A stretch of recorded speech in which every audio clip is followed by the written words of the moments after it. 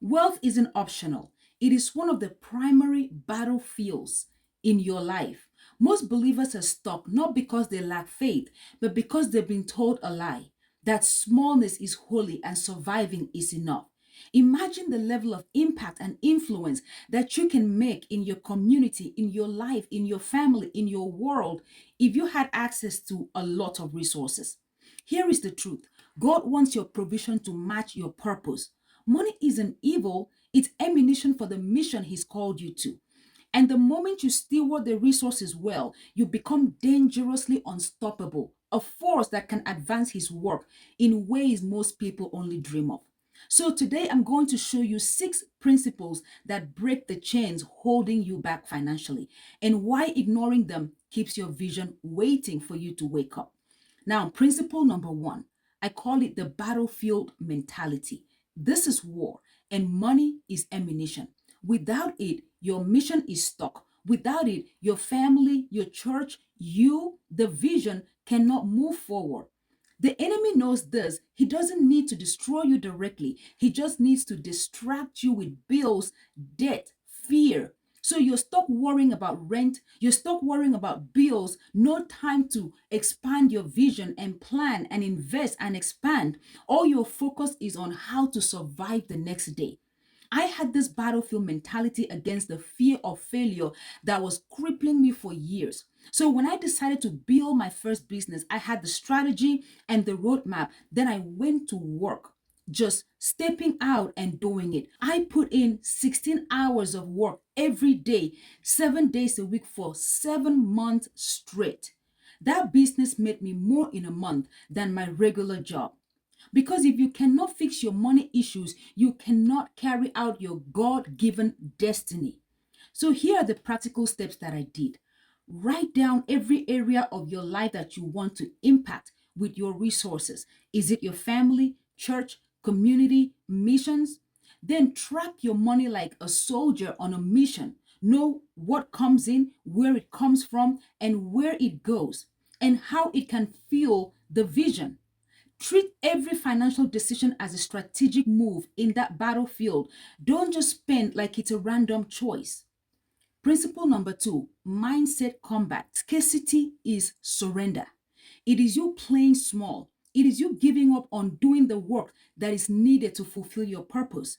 It is you staying safe and comfortable using excuses. It is you protecting fear of failure, fear of success, fear of responsibilities, fear of being seen, fear of judgment, fear of being criticized. These are attacks that start in your mind. The battlefield is in your mind. You have a solution to something that someone desperately needs, but you're too shy to talk about it and help other people.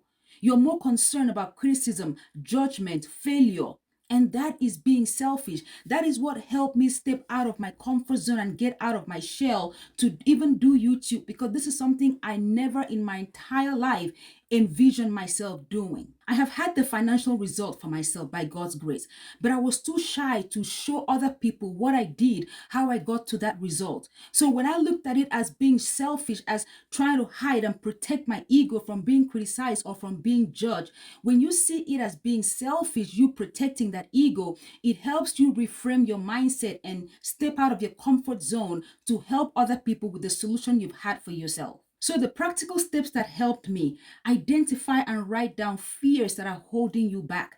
Then take one small step against each of those fears every single day. Confidence is not gained by imagining an affirmation and all of these things. Confidence is gained by data. Your brain looks at the data and say, okay, we have done this before, we can try again. The more you do things, the more you build confidence in yourself. Surrounding yourself with people who are already winning in stewardship, mentors, community, online teachings. And then you affirm to yourself every time that God has already given you the ability to make wealth. Principle number 3, provision is preparation.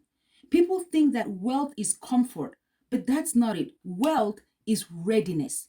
You can't expand a mission on empty. Your home, your family, your church, your community, they all run on resources. It's important that we don't confuse scarcity with humility. Provision, money, resources, they give you power to expand your influence. Money isn't for flex, it's for foundation. It's the model that holds personal legacies in place. So, how can you build an emergency and opportunity fund so that money stays ready to act, not just to survive? You want to have money ready for when the opportunity shows up. How can you invest in tools and skills that allow you to multiply your impact? Online courses, get mentorships, buy the software, buy equipments that expand you. How can you automate giving and savings? Turn your money into a soldier that works while you sleep. Principle number 4, offense versus defense. When you're playing defense, you only survive. It's a survival skill. But offense conquers. How do you intend to score a goal if you're only playing defense?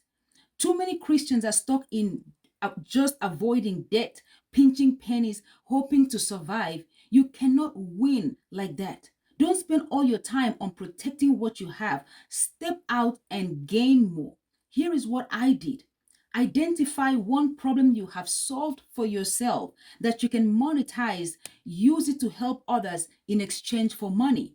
Set a goal to employ or serve somebody or fund somebody else's project with your resources this year. Review your spending and cut out things that don't advance you. Anything that is holding you back, it should be cut out. Principle number 5, generational warfare. Everything you're doing isn't just about you.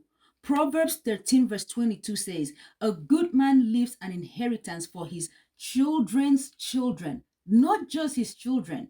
So every dollar that you steward is a brick in a generational fortress that you're building. What ways are your actions impacting your family for the next 2 to 3 generations? You can start small, investing in assets that grow over decades: stock, real estate, business equity. Teach financial literacy to your children. They should know how to steward, how to multiply, and how to protect wealth so that whatever you leave for them, they can take it and multiply it instead of wasting everything. Principle number 6, contentment versus complacency. Now let's get this straight. Contentment is good, being content is good, but complacency is dangerous. Paul wasn't saying stay broke and hope for the best. He was saying be grateful for where you are, but never shrink from your calling. So here is how you do it. Where in your life are you playing small out of fear? Be honest and face it. Then pick one area to expand this month. Is it your skill? Is it income? Is it influence? Take a step and have no excuse. When you feel enough, ask yourself, is this peace or am I hiding from growth? Because if it's the latter, move anyway. That's how breakthrough happens. You're not staying small to be holy. You're staying small to feel safe. Being scared of the unknown for when you step out because it's unknown. A lot of Christians are stuck calling fear humility, waiting on God, waiting for a sign, when God already told you that He will bless the fruit of your labor. Show diligence, consistency, show a lot of hard work, and you will see the overflow. Bring in strategy and wisdom. Combine that with a lot of hard work. There is no way you cannot win with that combination. Peace isn't permission to park your purpose. Peace should be your launch pad. There are people your purpose was meant to serve. There are lives only you can impact. Those people are waiting and they're counting on you. Every day you play small, someone misses what only you were created to give them. So stop shrinking and step up to the plate. Write down the skills that you have that can help somebody else, the solution that you have that can help someone else. Exchange that solution and skill for money. Scarcity isn't caution, it's collusion with the enemy. Aligning your mindset with hell's hope instead of heaven's promises, which is abundance of wealth for you. Every choice you make, it either builds you or it burns your legacy. So stop shrinking and step into offense. The moment you become a resource, you become dangerous to the enemy. And if you didn't come from a rich family, let a rich family come from you. That is my motto from day one. Your move changes everything for you, for your family, for your community. And there are people that are counting on what only you are equipped to give. So fuel your mission and secure your legacy. Thank you so much for watching. And if you need help with finance, my free coaching call is in the description. On this call, we'll figure out exactly why you're stuck and where you're stuck, and we'll show you the next step to get to your financial goal. That link is in the description. See you in the next video.